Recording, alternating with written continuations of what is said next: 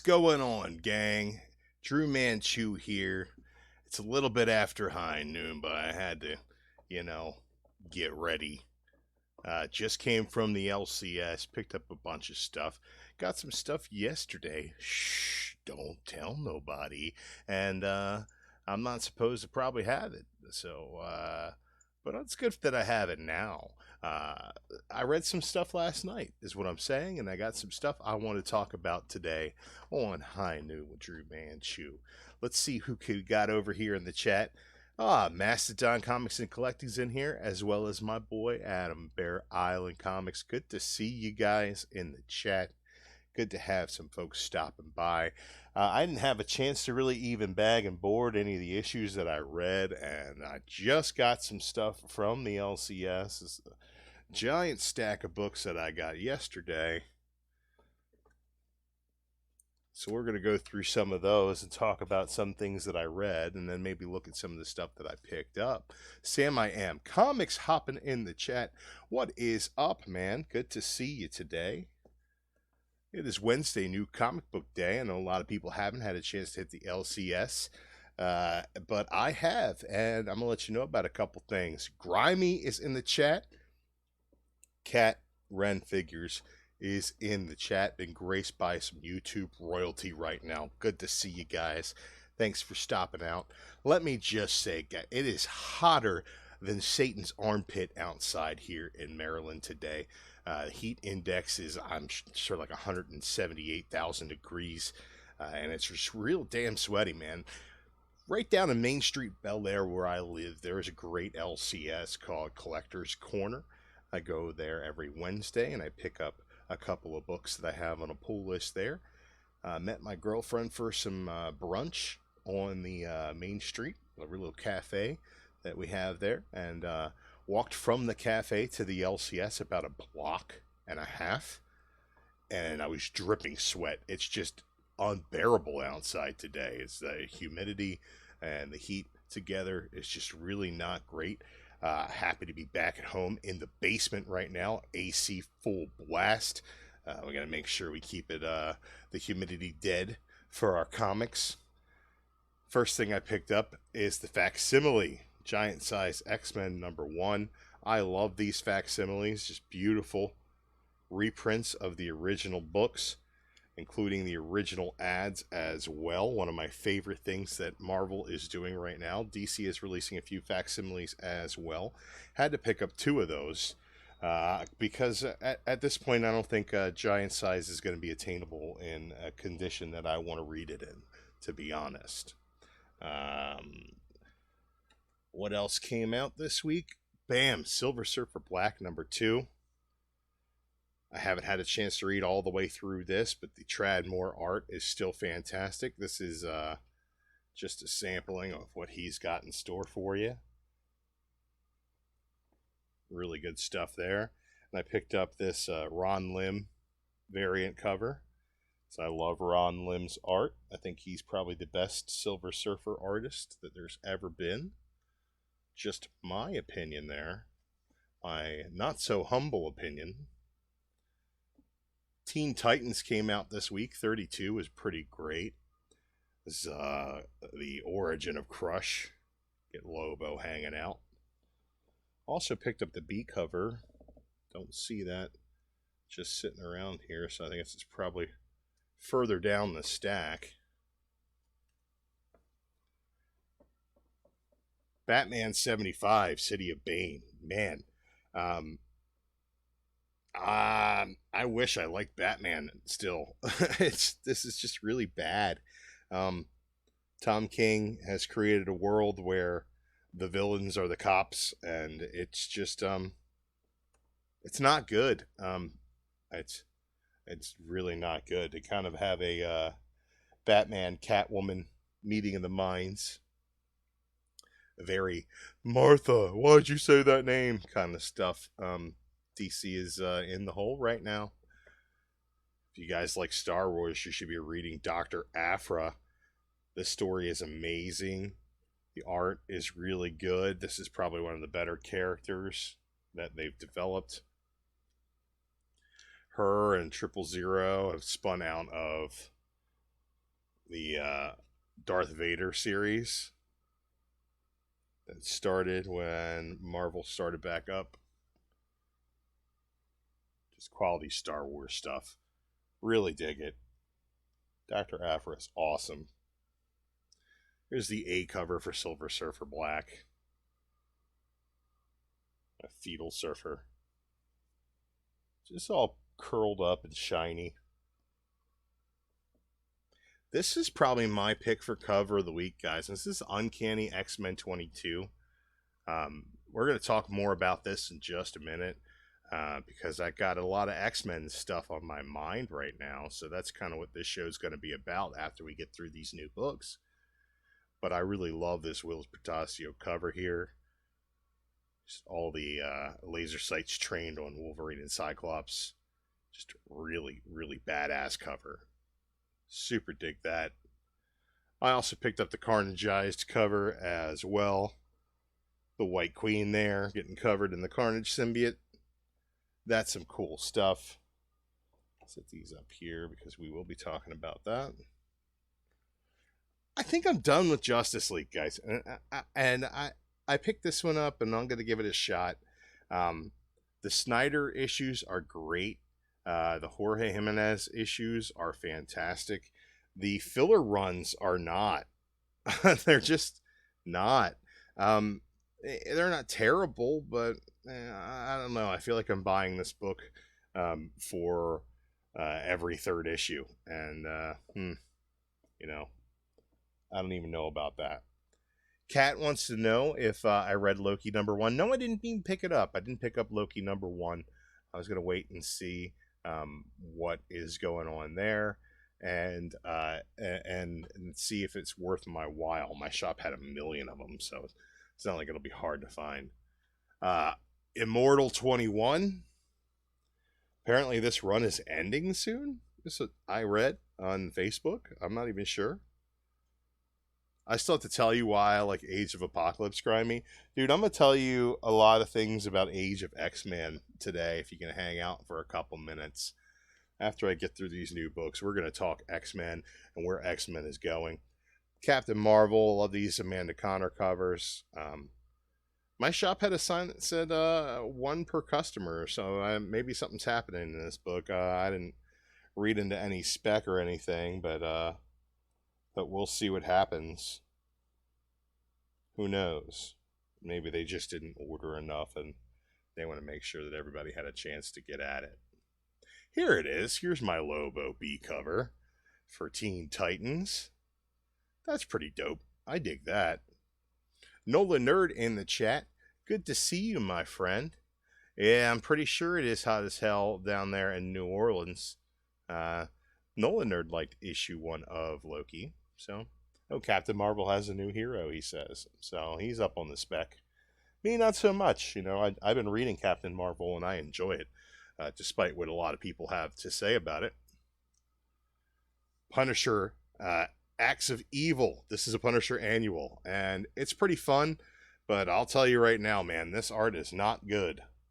It's not good. There's a lot of lack of spatial awareness in here. There's a lot of anatomy issues with the art, but if you're looking for just dumb fun, you got Punisher and J. Jonah Jameson hunting the Brood in space.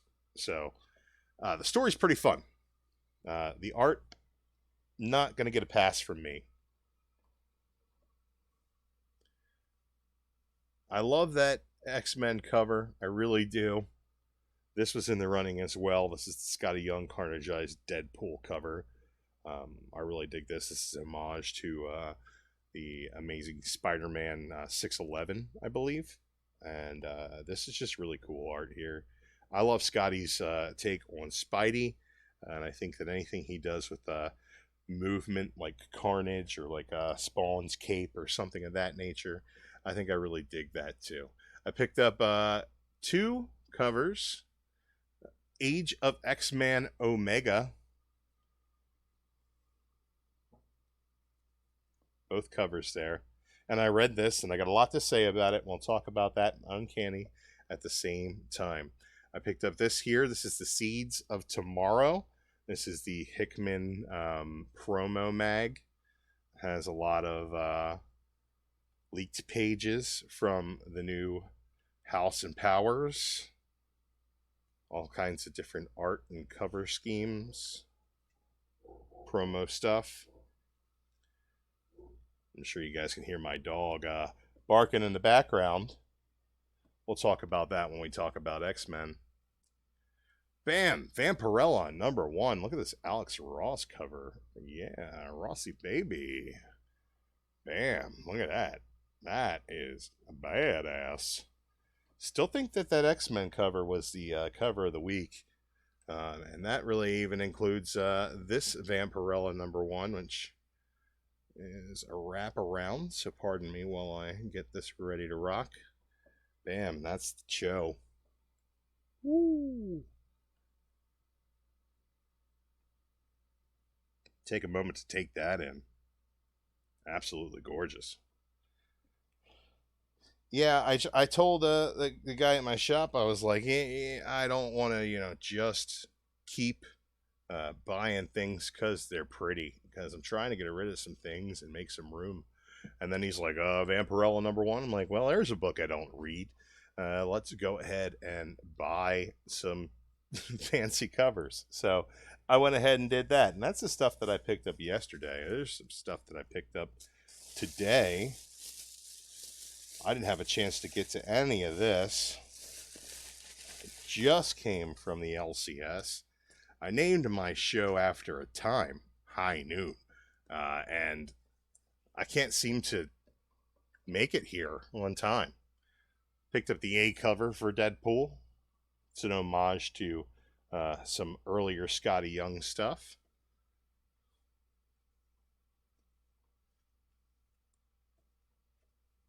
Grabbed another one of these because, why have one when you can get two? There I am, saving space again. Cat Ren went with the Art Germ Vampirella. I think that Cho, the wraparound from Cho, is clearly the best of those covers. But yeah, both of the Adam Hughes and the Art Germ looked really good too. Spider-Man Life Story #5. I'm super excited to read this. Probably exactly what I'm doing when I sign off of here today. I like this cover here too. This Life Story's been great. Just opening this up, the art has maintained. You got some more Lun in here. Ooh, some Avengers stuff. Yeah, we'll see where this goes, man. But this is kind of Spider-Man in the thousands here, the aughts. And I'm excited to get to that. Went ahead and picked up Batman Universe. Didn't pick this up last week. I think it came out last week. But, I was buying books. Might as well buy Bendis Batman and see what happens with it. I'll give it a read before I poop all over it, I'm sure. This came out last week, but I saw this and had to pick up the cover. And this was a cover price variant here. $8 on the Spider-Man 25, but I really dig that cover.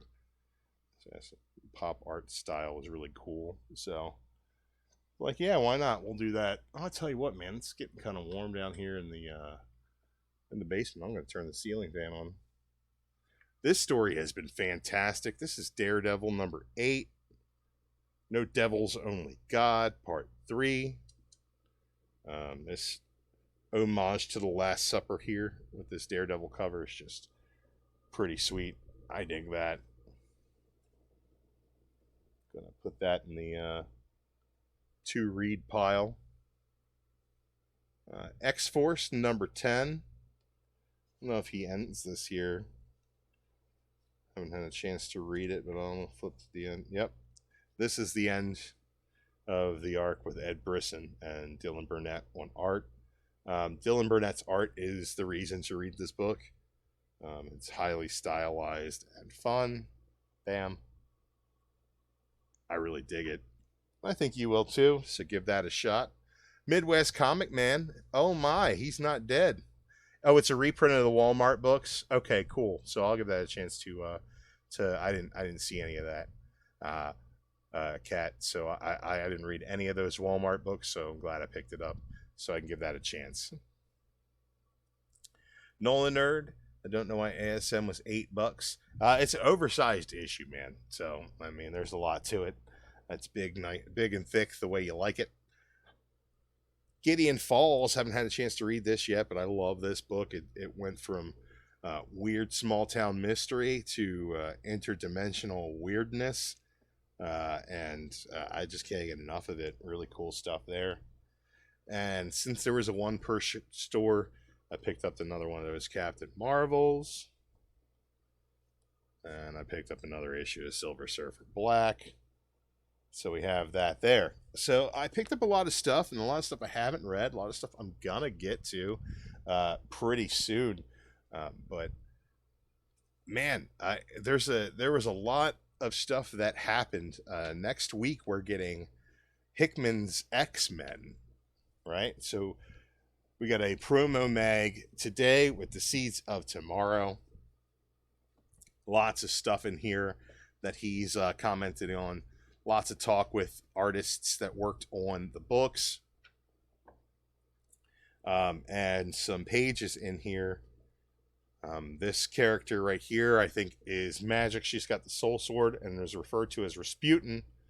Looks kind of Colossus-y as well. I'm not sure if that's steel skin or not. This looks like it's a future book, and that's the Powers of 10. That is the future book. And this is Jean Grey and some mutants using Krakoa as a portal to like a safe zone, which is like all super pimped out. And that is the House of X, right? And you learn a lot about that as you flip through this. I think this is free from Marvel. So when you go to your LCS, if you're interested in the X-Men at all moving forward, pick that up, give it a flip through. There's a chat with Pepe Larraz in there. He's one of my favorite artists that Marvel has going right now. They talk to Hickman about what he thinks about his writing overall and what he's got going on in store for us here. So that's some cool stuff.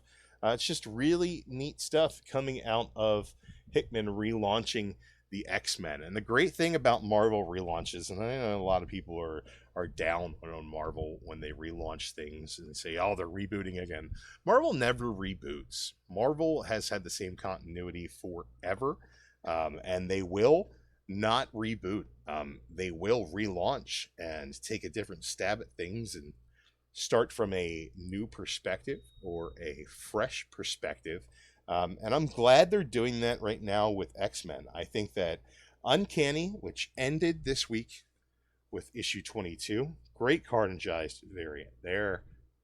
And this is definitely my cover of the week, this Portasio X-Men cover here. This has been Matt Rosenberg on X-Men, and I love Rosenberg's writing, man. His stuff on Punisher has been really killer. His 4 Kids Walk Into a Bank is one of my favorite stories that I've ever read. That's an independent book. I think it's Dark Horse, Black Mass. Check that out if you like indie reads. And I really like what he was doing with the X-Men as well. Then the announcement was made that Hickman's taking over, and he's building his own deal. And Rosenberg's X-Men was kicked into overdrive and ended prematurely. And it's pretty strong overall. I think the last few issues have dropped off in quality because they're trying to cram so much story into the end here. They were given an end date, and they gotta kind of get it done. And it kind of ends on a whimper. This is not a great issue, and there are a few reasons why.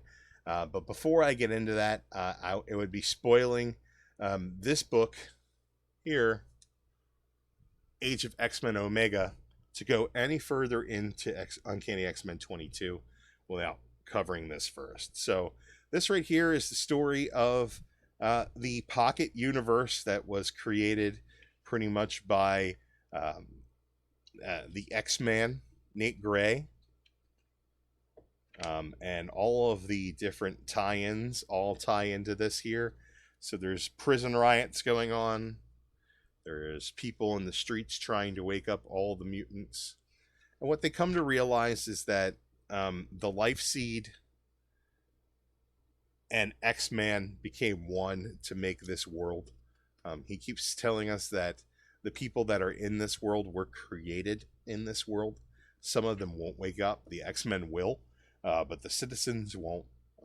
And I think that uh, it's just a really lame end to this. There's some heady ideas, but basically, um, they find out that they're not worthy of a perfect world. Some of them want to stay in this illusion, but basically they leave it up to Magneto to be the last one through the X-Man portal. And everybody goes back home, and there is a scene at the end where X-Man and Magneto have a chat where Magneto thanks him for creating a utopia and giving him a chance, and it says that they're going to try again. And we see how that goes here. Next week, House of X starts, and there's Magneto right there. There's Jean, Cyclops, Wolverine. They're all together. And that is just, it really was pointless. There was some cool character stuff going on in the Age of X-Men. I liked some of the stuff they did in the offshoot titles, but overall, they all told the same story. And it comes together a little bit too poetic at the end of this, and it's just like, meh, why do we do this? It's nice to get a different take on characters, but this was just, it really did nothing and showed you nothing. The most skippable of the whole group is the Apocalypse and the Extract stuff. That's just pointless. The Prisoner X stuff is okay. The kids in Next Gen were fun to read through. You got Glob Herman being a hero of that title, and that's pretty good stuff. And with the other X, what was the other title? I don't know. The one with Blob and Psylocke, where they're like they ship Blob and Psylocke. It's weird. There's no other way around it. It's just strange stuff. It's really skippable, and the crux of this book right here, which was actually the better book with the better art. The art is just on point in this, right? And then you got it's just well done, really good stuff, right? And LaRocca is doing the work here, the heavy lifting. There's a plot with Emma Frost, and she's gonna make everybody forget about mutants so they can be safe, right? And then there's a battle towards the end here, and you get great panels like this. Look at Cyclops right there. Look how awesome he looks. Wolverine looking dope as well. And then in order to finish this book in time, you get this multiple man page there, and then on the opposite page, what is up with the art switch? Like, they don't even try to get somebody similar. And what happens is the art switches, and then bam, the Age of X-Men characters come back. They just snap back, right? And then look at Cyclops there, man. This art change is like drastic and weird. But then we get the LaRocca back as soon as, Jean and Scott are making out.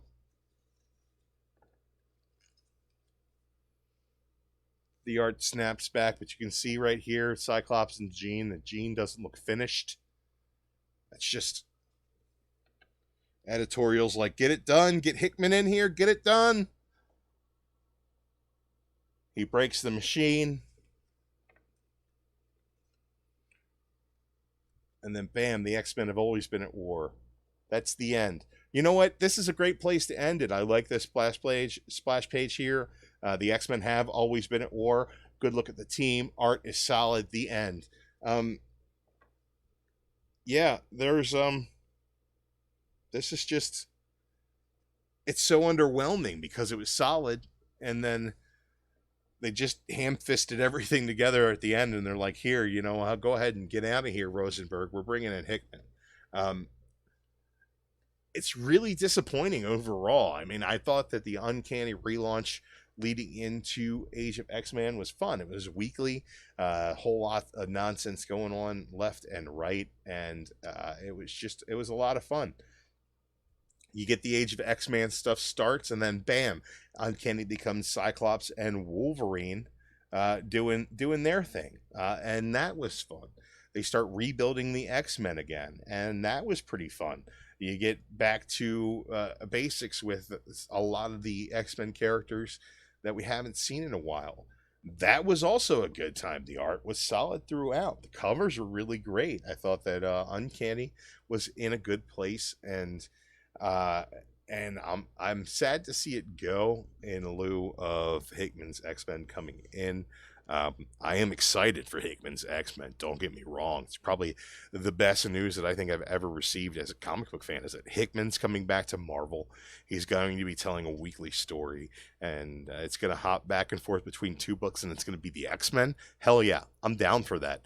Everything I've read so far in the Seeds of Tomorrow promo mag, I've absolutely loved. There's a lot of stuff in here that I have no idea where it's coming from or where it's going.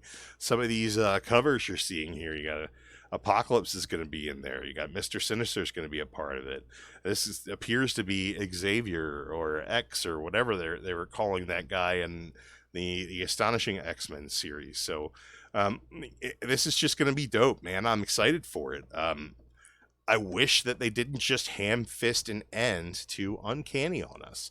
I wish that Age of X-Men was something that I didn't buy. So I'm a little upset that I did. Yeah, there was some cool stuff in there throughout, but most of it was just really pointless. Yeah, like it wasn't as bad as like Heroes in Crisis was, but it was just not great. There was just nothing about it that was that good. You know, they talked about House of M and Age of Apocalypse going into it. It was very House of M and not very Age of Apocalypse. I think they could have done so much more with the crescendo of this, and it just turned out to be lazy character experience drivel that just did nothing for story. I think the fact that they're deciding that they're going to throw it all away and let Hickman do what he wants, like that doesn't mean that you can't put something together that's worth something of its own merit. There was some fun reads throughout with the side stuff, but for the most part, just really not that great. This is well, I tell you what, Nolan, you haven't bought X-Men in 3 years. It'll be the first issue that you buy. I would say pick up Hickman's stuff. Hickman's stuff is great. As far as this Uncanny run, the beginning of it was great, and the Cyclops Wolverine stuff, that was great, and I think that they just kind of ham-fisted the landing here. It just really wasn't great. Good thing they put the best looking cover on this last issue here, because I mean, I still can't get over how cool this cover is right here. You know, Wolverine and Cyclops in all their glory. Classic X-Men. And yeah, all the laser sights trained on those guys. Just absolutely awesome stuff. Really, really dig it, and I'm excited moving forward for how this X-Men thing goes. As far as other things that I read that I'd like to get more into, where the hell did I put those books? I'm gonna put them all over here. I'll put them all over here. They're over here somewhere.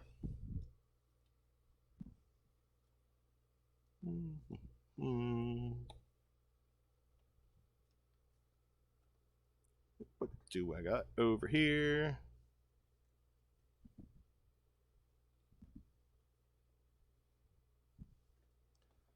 This City of Bane. All right, let's get into to Batman real quick. This is all about Gotham being run by Bane. You got Thomas Wayne as Batman. There's no Alfred, the ventriloquist, there as his butler. You got Bruce Wayne is obviously hiking in the Alps in the nowhere. Tony Daniels' art in this issue is just absolutely crisp and clean and beautiful. He gets a little more cartoony than he normally does. His Joker is a little weird, but the art is just really killer. This is Joker and Riddler as a detective duo. You know, they working for the GCPD for Commissioner Hugo Strange. Because immediately after Batman falls, Gotham becomes an alternate universe.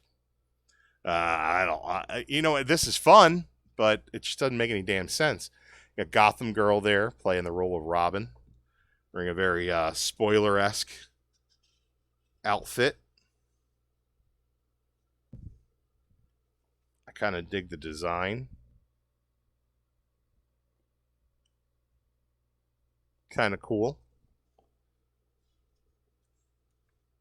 But then again, it's like, how long did it take for everything in Gotham to devolve? You know? Even though I'm not feeling this story so much, the art is really cool. The thought of a Thomas Wayne with Hugo Strange as his Commissioner Gordon is kind of neat. But it's just like, when does this take place? Like, again, I think that they're hamstringing Tom King by making him finish his arc up faster than he wanted to. Man, I'm happy that it's ending. I hope we get some better Batman in the future. We got right here, Psycho Pirate is being used by Bane to control people. I guess he's controlling the world through Psycho Pirate, or just Gotham, who knows. Alfred's in there. Thomas has him for dinner and says, basically, knowing that they have Alfred is what is keeping the rest of the Bat family from attacking him. Find out the Catwoman is going to save Bruce from wherever the hell he is, and he's going to come back and take back the night or whatever. That's fine. Mitch Gerads does some art in here, which is really cool. Gotham Girl is watching you. Are you behaving? And apparently, they're doing a whole lot of stuff in here with like Big Brother type control. There's some Lex Luthor stuff in here, and I just, continuity wise, I just really don't know where this fits in, and I think that's something I need to get over with DC Comics, man, because it's just so far out of left field. Whenever they do something, nothing fits together. It's just all the puzzle pieces are just scattered. It's like trying to put together a puzzle with no edge pieces. I like the fact that Marvel continuity gives you edges, right? It gives you something to build to in the center of that puzzle, so you can put it all together. DC Comics doesn't have any edge pieces, man. They just throw a bunch of puzzle pieces at you, and there are no straight edges, and everything ends on a curve. And it's just hard to figure out overall what the hell is going on from one thing to another. And when I read my comics, man, I really love a shared sense of continuity, and they're just failing on that front, in my opinion. If you're going to have Tom King wrap this up, let him do it at his own pace, Either cancel it and end it quickly and move on to something else. But ham-fisting this all together like this is kind of strange, in my opinion. Like I said, beautiful book. Lots of really good ideas in it. It just doesn't fit for me. It just doesn't come together in a way that makes any damn sense. So maybe it will at the end, but I at this point I'm doubting it. for me, City of Bane, if they keep looking this great, I'm gonna keep picking them up. But I'm not expecting this to be seminal work in the Batman canon. Um, Alternately, I love, right, what they're doing in Teen Titans. I love Teen Titans, man. This is cool stuff here. Glass is doing a great job. Yeah, Bernard Chang is the artist, and these are just really stellar, stylized, highly colorful, beautiful panels. You get the story of Crush in this, which is really great. I'm trying to find some really killer art in here as well.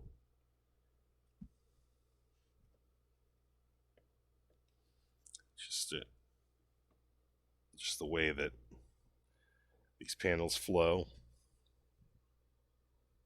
The onomatopoeia just pops off the page.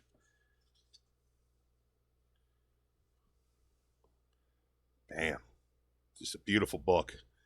And the story is fun. I'm loving Teen Titans. I think it's one of the better things that DC's got going on for itself, man. Lobo is really cool, and Crush is pretty dope. I'm excited about that story, man. Deadpool. This is the end for Scotty Young writing Deadpool. I thought that this was a really fun run of Deadpool. They followed the Duggan run pretty great, and that ran for forever. Just really cool stuff with Brian Posehn in the early days, ghosts of Benjamin Franklin and such, hanging out with what's it called, Deadpool and Agent Preston of S.H.I.E.L.D. She got a robot body. We found about Deadpool's daughter. He married Dracula's bride-to-be. We had the Mercs for Money. All that great stuff happened under the Duggan run, all the way through Secret Empire, where he became a bad guy and then fought against Stevel at the end, and then fought against Steve Rogers to defend himself. And erased his own memory of all of this happening, so he could move on with a clear conscience and not worry about his daughter or any of that nonsense. And it all came back to bite him in his ass in this last run here. 15 great issues by Scotty Young.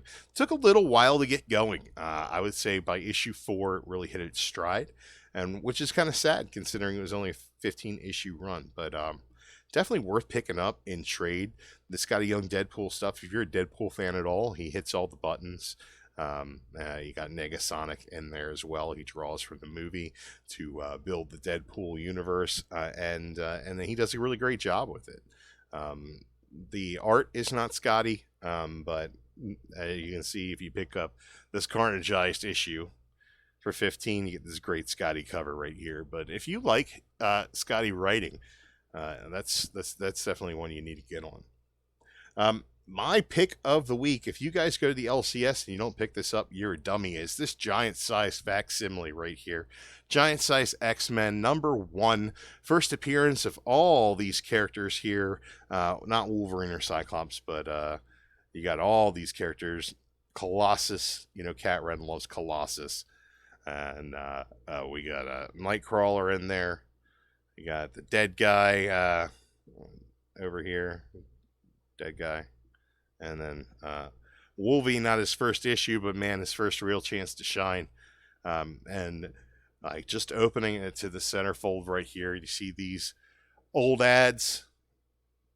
That is just some of the greatest nostalgia right there. Like, I remember flipping through books around this age. Even I never have had this book by itself, but books from this time, like, just look at that, man. I want to call some of these numbers, or like send some of these things away. See if I can get this Black Dragon Fighting Society patch. But this is a great story. If you are looking forward to Hickman's X-Men, pick this one up and see where the new X-Men came from. giant size. Senses shattering first issue. Man, I bought two of these today, and these are facsimiles. Spent $10 on reprints, but the way they reprint these is just head and shoulders above the way they do the True Believers or any of that other stuff. There are some great reprints coming from DC in the coming weeks. I'm excited for those as well. So we'll see how they stack up, the facsimiles from DC to the facsimiles from Marvel.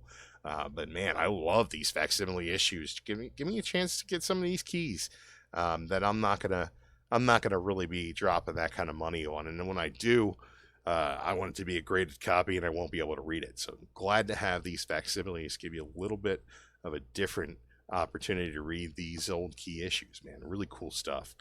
Yeah, there's a lot of stuff that I'm excited for coming up, namely Hickman's X-Men. And I know I'm X-Men today. Everything X-Men.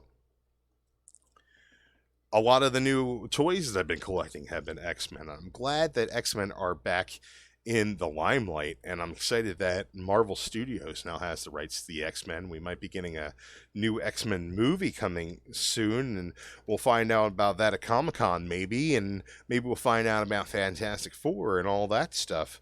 But I tell you what, DC Entertainment had my was in firm control of my entertainment last night, because I watched Swamp Thing, trying to catch up before Outside the Issues tomorrow night. And there is a lot of cool stuff happening on that show. And I'm really hoping that they get the chance to stick the landing and everything isn't ham-fisted into that, because it got canceled early and the episode run got cut. But I think they did a whole lot of exposition in this last episode. They did the Alec Holland came back via the spores, so they saved some money there, and they did a whole lot more of telling and not showing, which is a television trick that you probably shouldn't do. You want to show and not tell and let people draw their own conclusions, but when you got to cram in a whole lot of exposition and you don't have the budget to do the special effects, I'm happy we got the exposition that we did, the discussion of the green, the talk about the rot and the darkness. Really cool stuff. So if you're not watching Swamp Thing, get on it. It's almost done. Wait a couple of weeks if you want. Get the app and stream it all at once, and then cancel the app. Whatever you want to do. But there's some other good stuff on that app. Young Justice has been great. The Titans show has its merits, and Doom Patrol is a lot of fun as well if you're an Alan Tudyk fan, which I am. K2SO is the best part of that Rogue One movie, and I can't get enough Alan Tudyk. Put him in everything as far as I'm concerned. He does a great job. So check out Swamp Thing. If you need that Marvel fix. What's it? Far From Home still out. You haven't seen Far From Home yet. What are you doing, man? Go get your Spider-Man on. That movie is fantastic. There's a great mid-credit scene that any Spider-Man fan would be happy to witness, and I'm really happy with the way that that's moving forward. So, Comic-Con on the horizon. A whole lot of more entertainment is going to be dropping on us. We're going to get some dates on this Disney Plus stuff, and hopefully a special look at a couple things here and there, a Hall H in the coming weeks. So keep your eyes peeled, man. Lots of good stuff out there. And that's what I picked up at the comic shop today, and that's kind of the stuff that was on my mind, gang. I know I got started a little late, and I'm not going to go for a full hour, but it's coming up on 1 o'clock, and I got some stuff to do today. Maybe get a little bit more high noon, if you know what I'm saying, and enjoy some of these books. Thank you for stopping by and checking me out.